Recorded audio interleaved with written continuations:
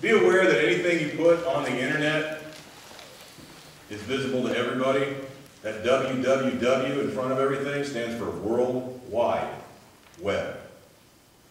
Anybody that can get to that website can see it. So don't be putting your address, your phone number, your school. You know, I had one person say, well, all I put on there is my school, and she told me what her Facebook was, so I went and looked at it. Yeah, she just said what her school was, and underneath that she had her schedule posted. Well, now I've got her name, I know where she goes to school, I know what her schedule is. It's not hard for me if I'm a predator to figure out where she is and what she's doing and start following. So be aware of what you put out there. Don't give information out to people in chat rooms. I know there's online dating and all these talk rooms and chat rooms and stuff like that. There's no reason to be giving phone numbers or anything like that out over that.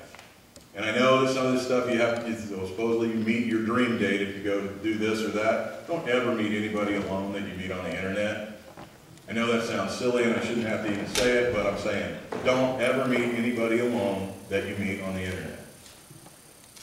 Just because they say they're 6 feet tall, 200 pounds, have abs like you wouldn't believe, doesn't mean that they are. They probably look like me.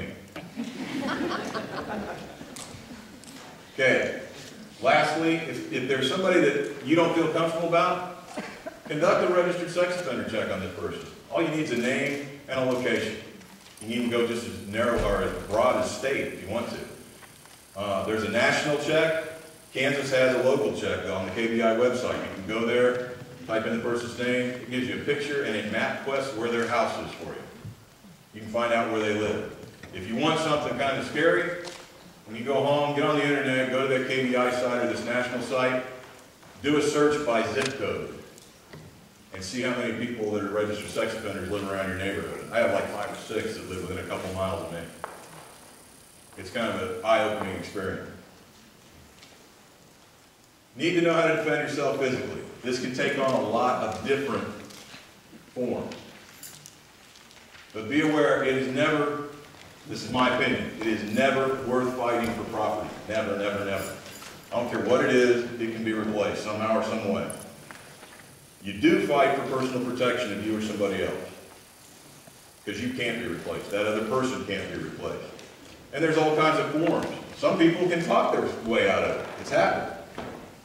If you're one of these people who can get up there and just articulate like crazy, maybe you can talk your way out of it.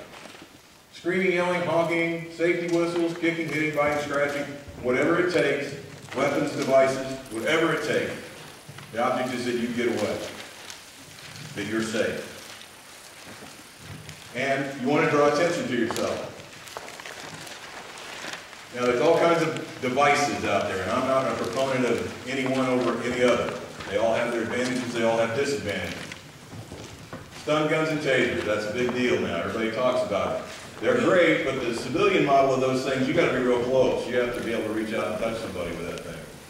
And if it's not ready, it's not going to do you any good. And if you don't know how to use it until somebody accosts you, it's not going to do you any good. Whistles and personal alarms are a little bit safer because they can't necessarily be used against you. I'm not a big fan of personal alarms. Whistles, I am a big fan of. And we have a safety whistle at the Kelsey Smith Foundation that we use. In fact, that's it down there. Because it draws attention to yourself and it's not something that somebody can use against you as a weapon, like pepper spray or mace or a taser or whatever.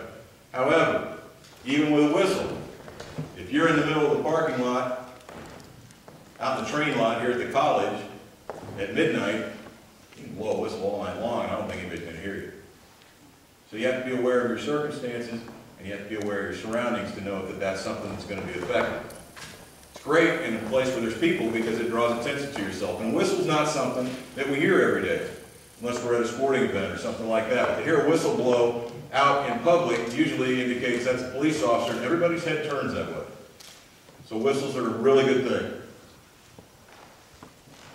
Pepper spray, I know from my law enforcement experience, very effective. Works really well.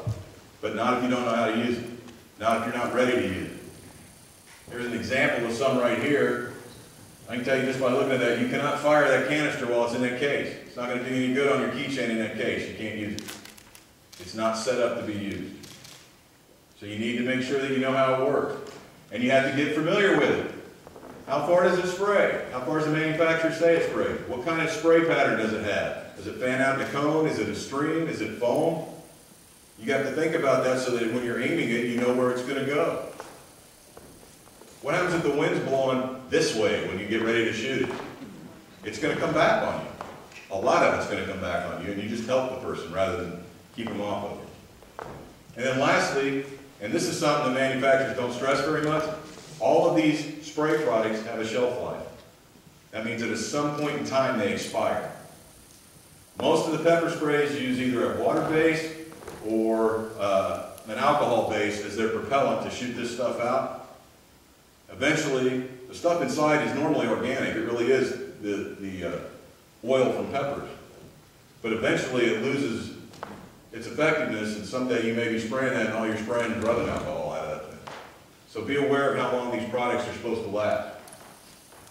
And if you don't have it out and ready to go, in your hand, ready to pull the trigger when you're walking to the car, it's not going to do you any good.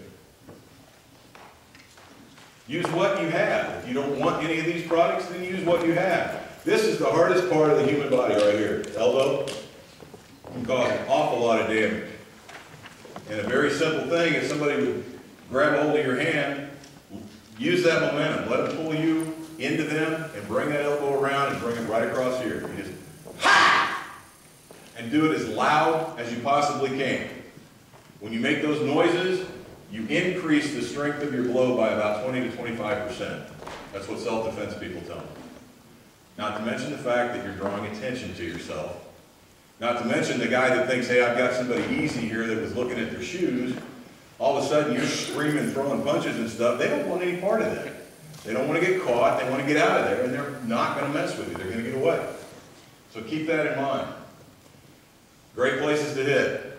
Nose, right here, groin. Really good. Men or women, doesn't matter. Causes a lot of pain, a lot of nerve endings when you hit there. A knee, foot, whatever, causes a lot of damage. Is there anything in your book bag, your purse, that you could have in your hand ready to use if something happened? Perfect example, a couple weekends ago we had a self-defense clinic at Title Boxing. There was a little girl who was probably 8 or 9 years old. The instructor was stressing not to let anybody get in your personal space. He talked about it a lot during the class. At the end, he was walking up, talking, and he started walking towards this little girl. She let him get about right here. She reached out, grabbed him by the waist, and went, and he went, that's exactly what I wanted you to do. Don't let people get in your personal space. That's why it's called personal space. It's yours. You know? What you do, that's not rude. That's being safe. Once this starts, be prepared to do whatever it takes to get away, as long as it takes. But the object is to get away, not to hurt this, not to kill this person, not to arrest this person. It's so you can get away. Don't ever give up. Never give up. And lastly, it may come down to that. It may come down to where you seriously hurt or even kill this other person in order for you to get away. And that's fine, because the object is for you to go home. Do not go to another place with a person that's trying to take you someplace. There's a reason for that. They don't want to do whatever it is that they want to do there. They have to take you somewhere else so that they can do it. They don't want it to be witnessed. They don't want to be out in public. So they're moving you to another crime scene. That's what it is. Crime scene 1 is where they actually accost you and say, get in the car. Get in the car, you're going to take me someplace. Do this, do that, whatever. Crime scene 2 is where they're going to do what they really wanted to do. And you won't survive crime scene 2. Kelsey's crime scene 1 was the Target parking lot. Crime scene 2 we found 4 days later in Granby. You will not survive crime scene 2. That's the time when it's your life we're talking about. That's the time that you fight. You don't go anywhere with anybody. And I'm talking about if they have a gun, a knife, I don't care what it is. Whatever it takes to get away from that person. We talked about, yeah, they shoot at you, I'll take a bullet in the butt, rather than whatever was going to happen in crime scene 2. A couple programs out there that you can look into. Allie Kemp Foundation has their Take Self-Defense program. Outstanding program to get you started. Good place to start, has some great tips.